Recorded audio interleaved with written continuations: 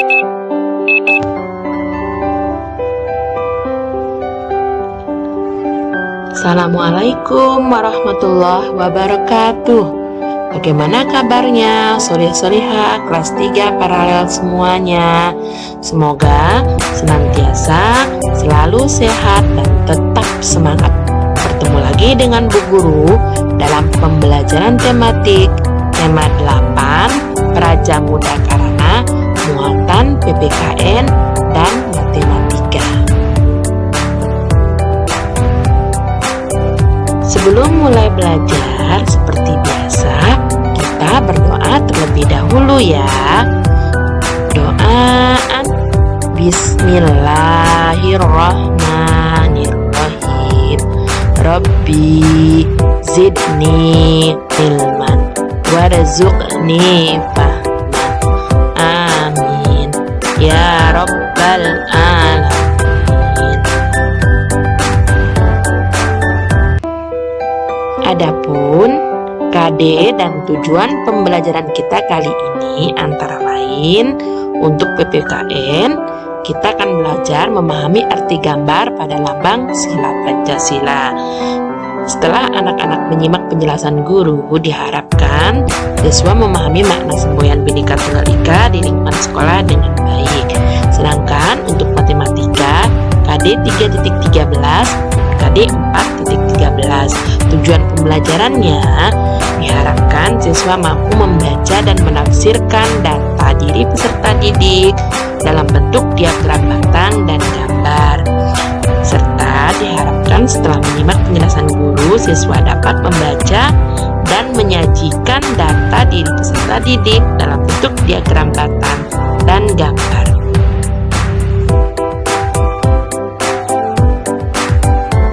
Ayo membaca. Makna semboyan Bhinneka Tunggal Ika di sekolah. Bangsa Indonesia memiliki berbagai macam suku bangsa dan budaya. Perbedaan tersebut tidak menghalangi bangsa Indonesia untuk tetap bersatu mempertahankan negara kesatuan Republik Indonesia. Bangsa Indonesia bersyukur atas keberagaman yang merupakan kekayaan bangsa Indonesia.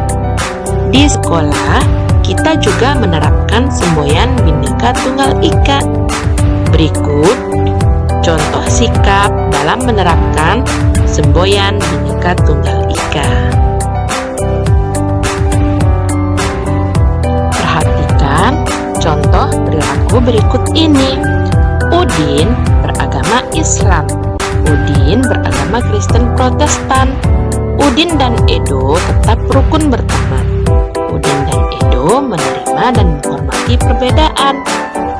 Gambar yang kedua, Siti berasal dari suku Minang. Dayu berasal dari suku Bali. Siti dan Dayu tetap rukun berteman. Siti dan Dayu menerima dan menghormati perbedaan. Gambar yang ketiga, Beni dan Lani memiliki pendapat yang berbeda saat berdiskusi. Beni dan Lani tetap rukun berteman. Beni dan Lani menerima dan menghormati perbedaan.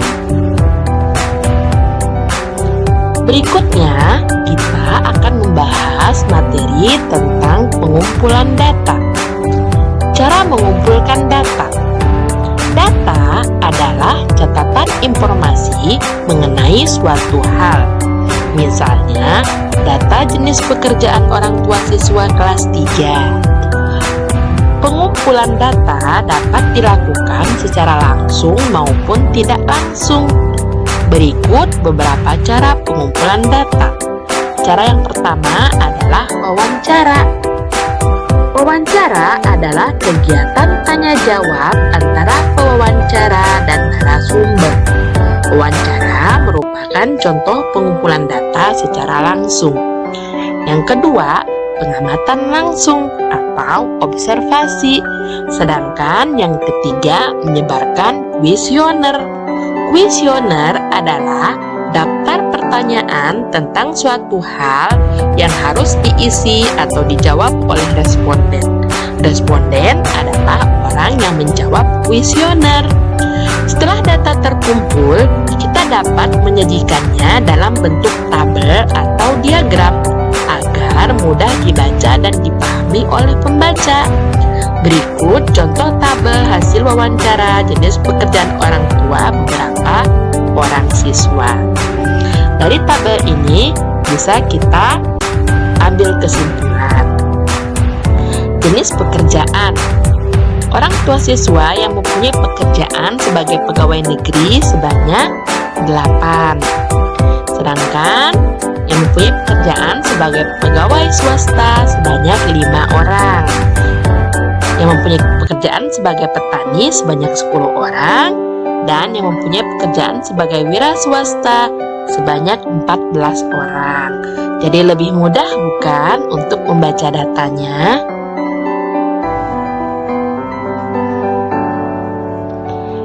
Membaca data yang disajikan dalam bentuk diagram. Perhatikan diagram makanan tradisional yang disukai oleh anak-anak berikut ini. Kue tradisional yang disukai oleh 50 orang anak. Ada onde-onde, klepon, dodol, serabi, dan kue lapis. Ini juga menunjukkan keragaman di Indonesia. Ya, dari data yang disajikan ini, kita bisa menjawab beberapa pertanyaan. Berapa banyak siswa yang menyukai onde-onde, klepon, dodol, serabi, dan kue lapis? Ya, di sebelahnya ada angka yang bisa kita jadikan patokan untuk melihatnya. Misalnya onde-onde berarti yang menyukainya sebanyak 40 orang. Klepon sebanyak 25 orang. Dan seterusnya. Kue apa yang paling banyak dan paling sedikit disukai? Kue dodol. Berapa banyak perbedaan jumlah yang menyukai kue lapis dan klepon? Yang menyukai kue lapis sebanyak 50. Yang menyukai kue klepon sebanyak 25. Berarti untuk mencari selisihnya 50 dikurang 25. Berarti perbedaan jumlahnya ada 25 orang.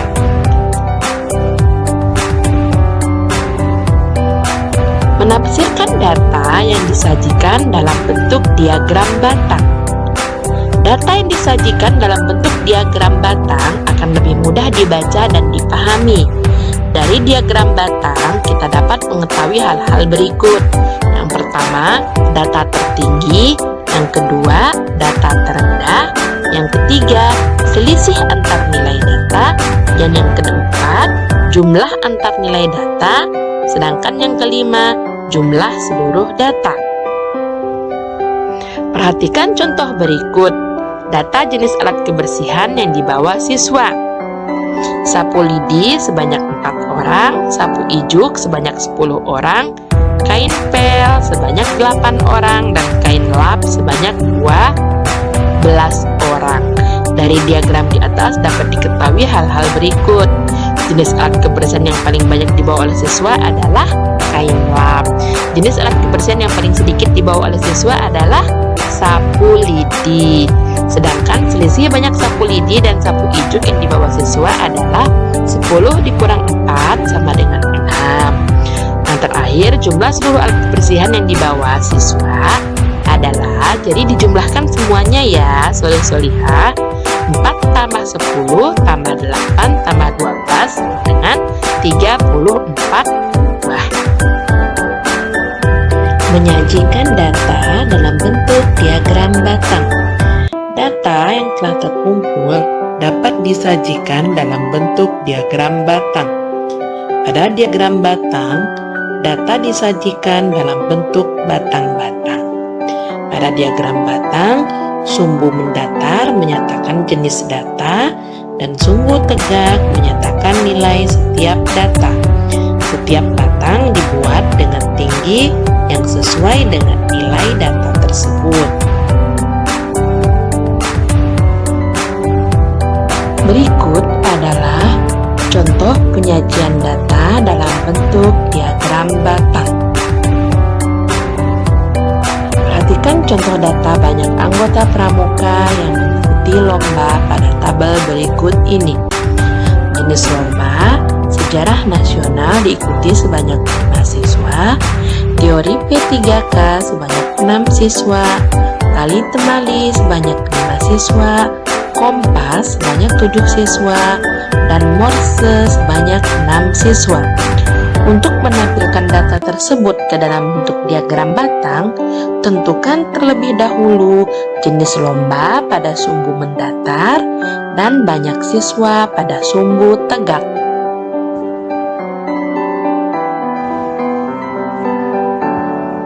Membaca data pada diagram gambar. Diagram gambar adalah diagram yang menggunakan gambar untuk menyatakan suatu data. Satu gambar dapat mewakili satu atau lebih data. Ayo perhatikan contoh diagram gambar berikut tentang tanda kecakapan khusus. Nama siswa Beni memiliki 4 tanda kecakapan khusus, Dedi memiliki 2 bintang, Komang memiliki 3 bintang, Fitri memiliki 3 bintang, dan Dina memiliki 4 bintang. Satu gambar bintang mewakili satu tanda kecakapan khusus. Dari diagram gambar di samping diperoleh informasi seperti berikut. Beni dan Dina memiliki 4 tanda kecakapan khusus. Dedi memiliki 2 tanda kecakapan khusus. Komang dan Fitri masing-masing memiliki 3 tanda kecakapan khusus. Menyajikan data dalam bentuk diagram gambar. Langkah-langkah membuat diagram gambar adalah sebagai berikut. 1. Tentukan banyak setiap jenis data. 2. Tentukan gambar yang sesuai untuk mewakili data.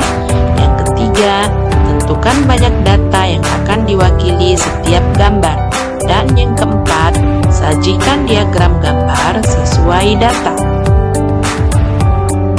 Perhatikan contoh berikut. Tabel data banyaknya origami yang terkumpul setiap regu pramuka. Nama regu Melati memiliki 15 banyak origami yang terkumpul, Mawar memiliki 6, dan Tulip memiliki 9. Diagram gambar dari data pada tabel di atas dapat dibuat dengan satu gambar burung mewakili 3 buah origami seperti berikut. Melati memiliki 5 gambar burung, dan Mawar 2 gambar burung, dan Tulip memiliki 3 gambar burung. Setiap satu gambar burung mewakili 3 buah origami. Alhamdulillah, soleh-solehah semuanya. Pembelajaran kita hari ini tentang memahami makna Bhinneka Tunggal Ika dan memahami cara membaca serta menyajikan diagram batang dan diagram gambar. Kita cukupkan dulu ya. Semoga Ananda semua dapat memahami materi hari ini. Terima kasih soleh-solehah semuanya yang sudah menyimak materi hari ini. Tetap semangat, jangan lupa tetap jaga prokesnya ya. Wassalamualaikum warahmatullahi wabarakatuh.